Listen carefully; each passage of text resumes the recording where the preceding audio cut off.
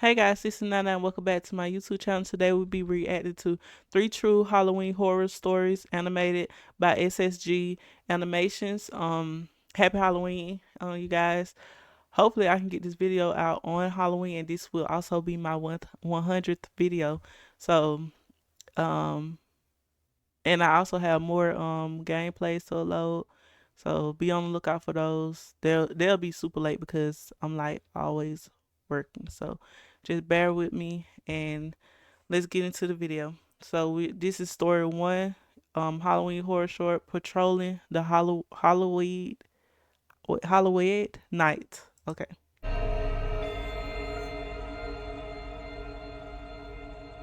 One of the most frequent questions I usually get asked as a now retired cop is, what's the craziest thing that has ever happened to you as an officer while you were out on patrol? I always find it a bit difficult to answer this question, as it's very tricky to choose just one crazy experience to tell. I was a cop for more than 30 years, and I saw some pretty messed up stuff throughout my career. But in all that time, I truly believe that nothing was more terrifying than the scenes I witnessed on October 31st, 2016. I can still remember every detail of that fateful Halloween day, as the disturbing events that transpired that night were things I never experienced as a police officer. It all happened during the 2016 mass clown hysteria. I went on my routine night patrol on the 31st of October 2016 with my partner Joe. I expected us to have another quiet patrol evening like we often. If I was a police, this is like one night that I would not want to work on. Like it probably depends on like the city you're in, like probably New York or something. Like a lot of crazy stuff probably go on, but I wouldn't want to be a police working on Halloween night and nowhere. However, a few minutes into our usual night patrol, we began to receive the most disturbing Especially at nighttime. Sorry, I just had to 911 say that. calls from all over the state. Numerous residents called in screaming, telling us that there were killer clowns everywhere.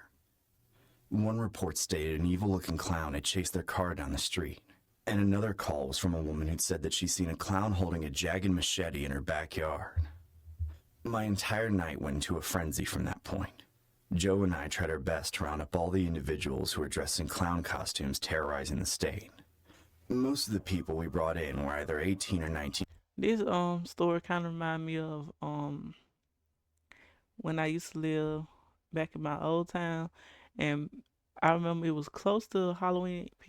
I think people actually dressed as clowns or something, but not in my area. But then they was like, when Halloween came around, they were like, people gonna be out dressed as clowns, and it was just, I think it was somewhere else that happened, and they was joking around talking about people dressing as clowns and all this on Halloween and everything. So I think they were trying to scare everybody up, but nobody was believing it. So people still went out, got candy, went to the hunting house, all that stuff. So this story just reminded me of that. 18-year-old teenagers who had decided to be part of the clown hysteria by chasing kids and messing around the streets.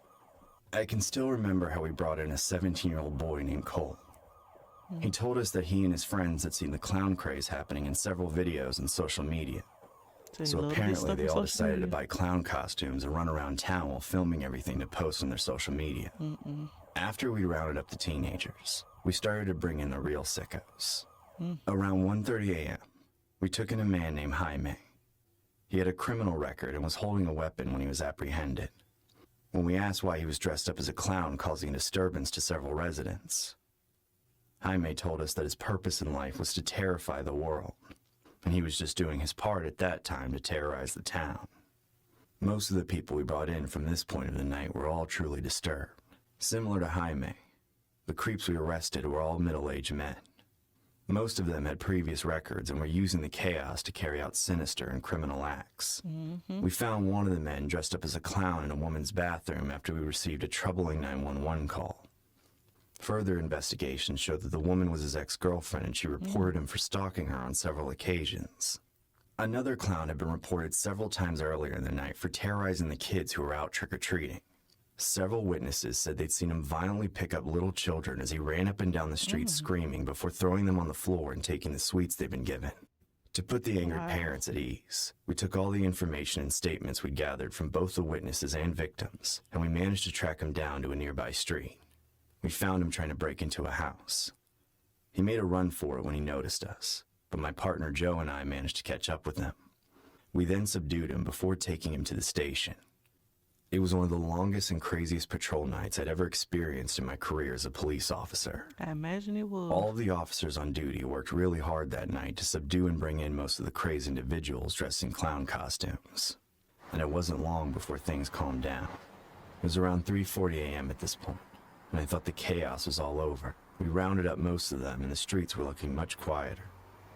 However, little did I know that the worst was yet to come. I recall looking at the watch in my hand before it happened. It was exactly 3:48 a.m., and that was when I saw them.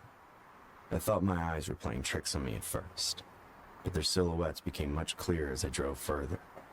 Standing right in front of us were two clowns. One of them was wearing a blue and white costume, while the other was dressed up in a completely gray clown outfit. I couldn't And guess what I would have did? Hit the gas put my finger on it, and ran them over. but there was definitely something off about them. I switched on the sirens to signal for their attention while my partner Joe called out to them from the car. The clowns silently turned to face us as we both got out of the vehicle.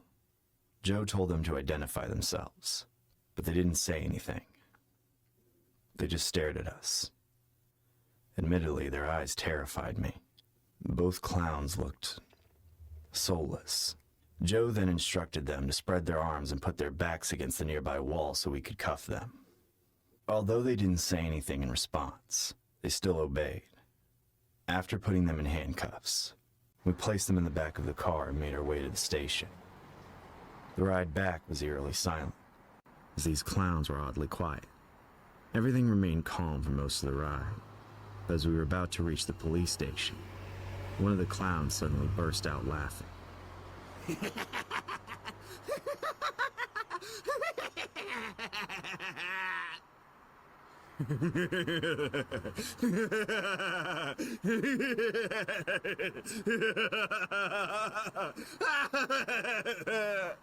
And I'd be like, shut It up. wasn't long before the second one followed suit, and in a matter of seconds, these clowns, who hadn't uttered a single word, were now laughing maniacally, as if they just witnessed the funniest thing in the world.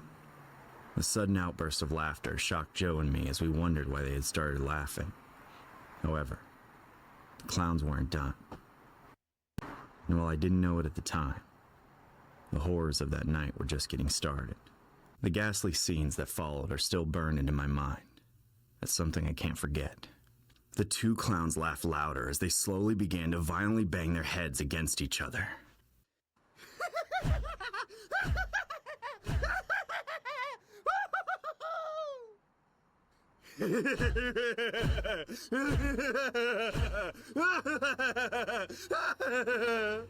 My mind struggled to come up with an explanation for why they were doing this. I didn't understand why they suddenly wanted to hurt themselves, as the continuous and violent banging of their heads against each other caused serious cuts and bruises, and it wasn't long before they began to bleed from their mouths.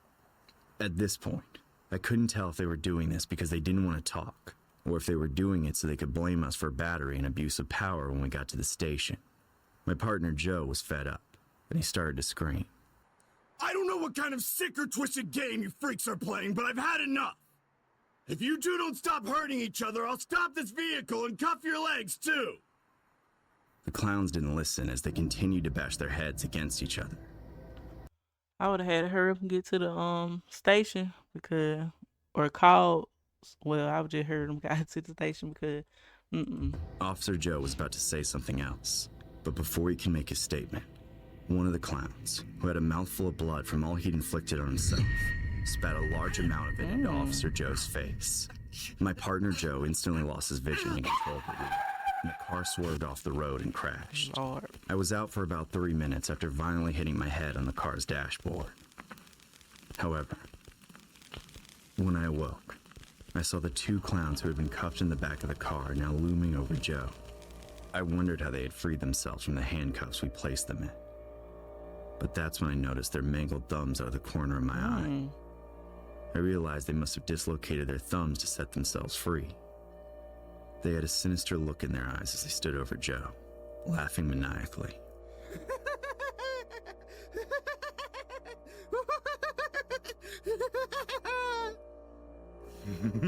Should have called for backup anyway.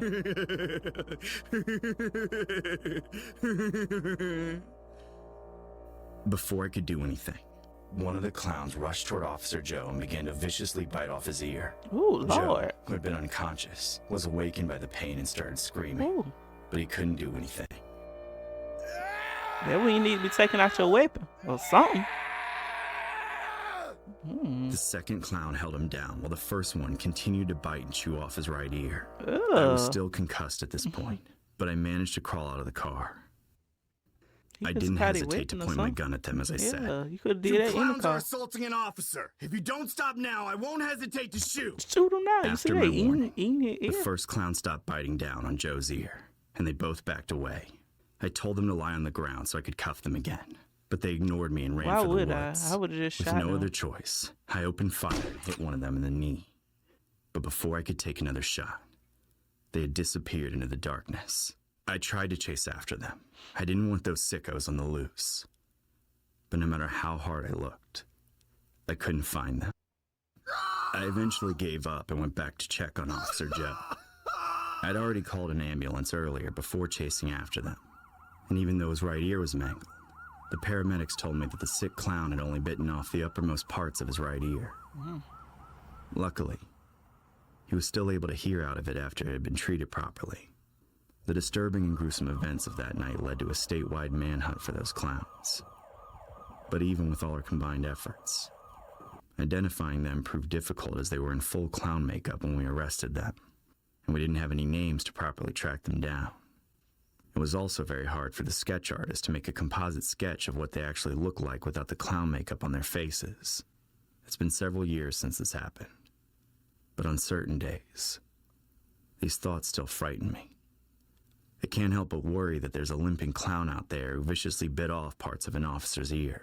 What's even worse is that this deranged cannibal clown is probably at a children's party, making balloon animals as he looks for his next unfortunate victim. The mass clown hysteria has still remained an enigma to the authorities, as no one has been able to figure out its cause to this very day. The unanswered questions lead to another cause of concern for the authorities, as reports show that while some of the individuals who dressed up as clowns were apprehended, most of them who escaped capture are still on the loose. And no one knows when they might decide to dress up as clowns again and wreak havoc across the United States. Trading is not for everyone, but if you are a trader, Plus 500 is the place for you.